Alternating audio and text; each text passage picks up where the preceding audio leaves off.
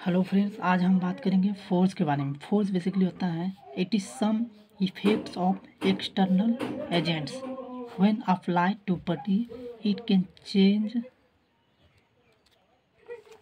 Change the state of body.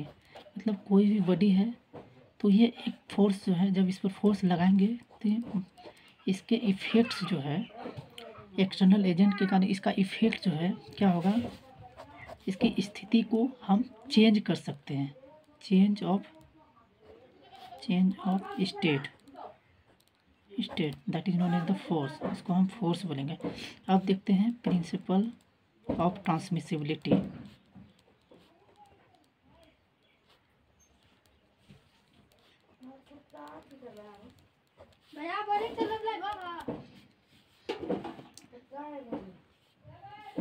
Principal of transmissibility क्या होता है? If a force is acting on a rigid body at point A,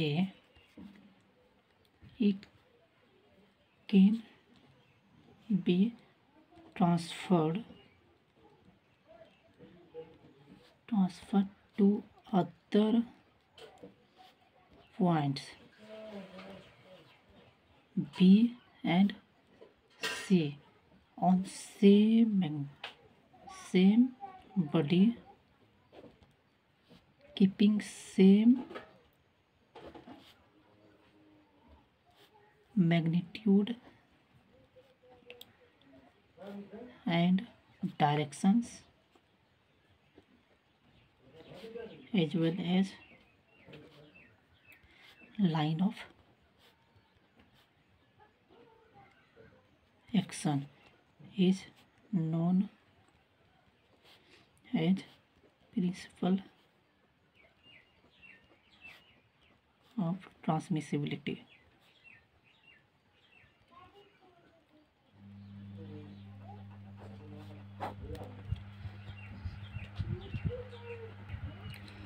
जैसे ये कोई body है, इसका मास m है।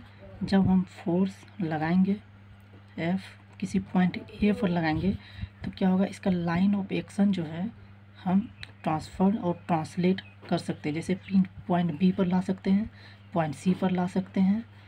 इसका line of action should be same. तब क्या होगा, इसका इफेक्ट जो है सेम रहेगा। इस इफेक्ट को हम प्रिंसिपल ऑफ ट्रांसमिसिबिलिटी बोलते हैं। अब आगे देखते हैं Newton's law of motion. First law क्या कहता है? If a body is in rest और in motion,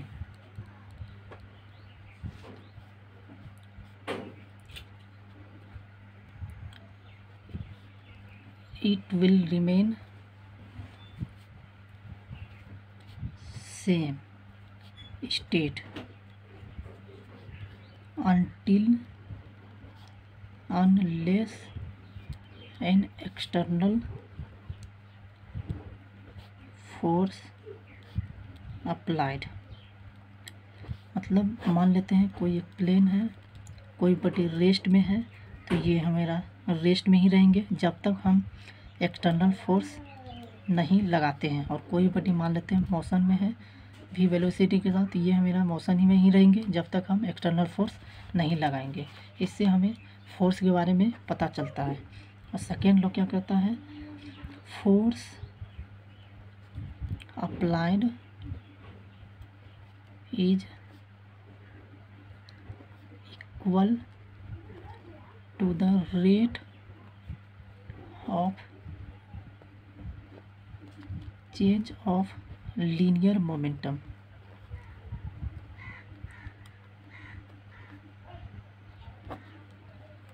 of the body. मतलब फोर्स जो है बेसिकली एक वेक्टर क्वांटिटी है जब हम लीनियर मोमेंटम के साथ करेंगे, डिफ्रेंशिएट करेंगे, changing to V velocity with respect to T equal to M D V upon D T plus velocity constant D M upon D T, ये मेरा बेसिकली फार्मूला होगा फोर्स का।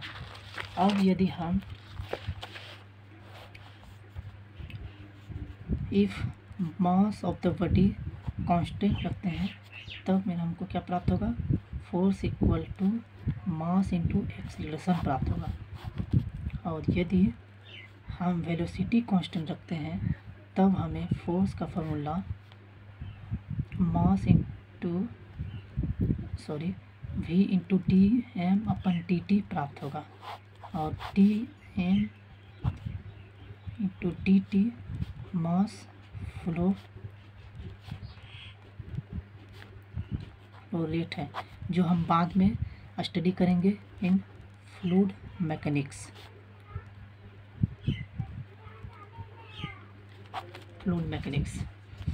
आगे देखते हैं third law of motion.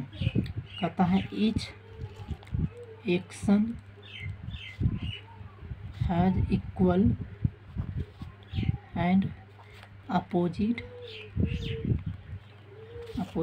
Reaction but acting on different body. जैसे मान लेते हैं कि ये मेरा कोई बार है, मासलेस बार है, कोई व्यक्ति जो है पी लोड से इसको खींचने की कोशिश कर रहा है, ये मेरा फिक्स है पॉइंट ए पर। तो क्या होगा, इसका एफ बॉडी जब बनाएंगे, मतलब फ्री बॉडी डायग्राम जब हम बनाएंगे तब मेरा क्या होगा, पी लोड इधर लगेगा, फिर पी इधर लगेगा, पी इधर लगेगा एंड पी मेरा जो है इधर लगेगा। कोई व्यक्ति है और ये मेरा रेस्ट में आ जाएगा। एफ जब बनाएंगे तो क्या होगा, ये मेरा जो है, यदि ये मेरा एक्शन है तो ये अलग बॉडी पर जो है ये मेरा इस पे रिएक्शन होगा।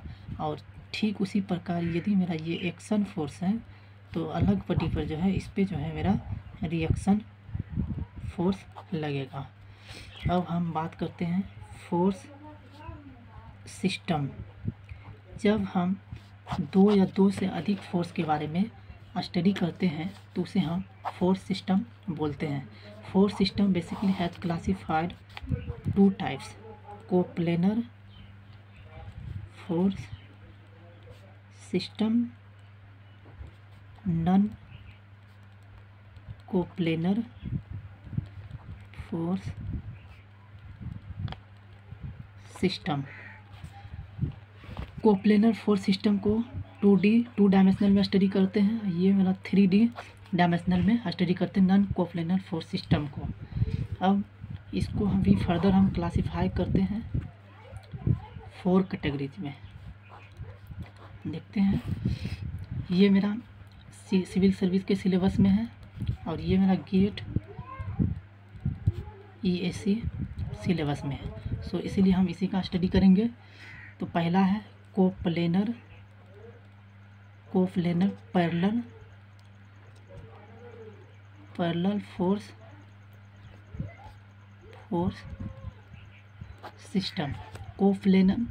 कोप्लेनर का मतलब होता है एक ही प्लेन में होगा। जैसे मान लेते हैं ये मेरा बॉडी है और जैसे इसका क्या फोर्स सिस्टम क्या होगा, जब हम फोर्स लगाएंगे तो ये पैरेलल होगा, एक ही प्लेन में होगा, बट डायरेक्शन जो है मेरा अपोजिट हो सकता है। लाइन ऑफ एक्शन जो है एक ही प्लेन में होना चाहिए। ठीक, अगला जहाँ कोप्लेनर कंकरेंट फोर्स सिस्टम। जैसे ये मेरा मास ऑफ द बॉडी है, इसमें क्या होगा, कंकरेंट फोर्स सिस्टम का मतलब होता है किसी एक पॉइंट पे उसका मीटिंग पॉइंट जो है सिंगल पॉइंट होगा। एक पॉइंट पे आ जाके जितने भी फोर्स लेंगे, जैसे मान लेते हैं इसमें इस फोर्स लगाते हैं, डिफरेंट टाइप्स का फोर्स लगाते हैं, इस प्रकार से इसका मीटिंग पॉइंट जो है क्या होगा, सेम होगा, लाइन ऑफ एक्शन सेम होगा, तो उसको हम कहते हैं कोप्लेनर कंकरेंट फोर्स सिस्टम। अगला हम पढ़ते हैं coplanar neither plane and neither concurrent force system। मतलब जैसे ये प्लेन है, इसमें क्या होगा, अलग अलग, ये ना ही मेरा जैसे अलग अलग डायरेक्शन में फोर्स लग रहा है।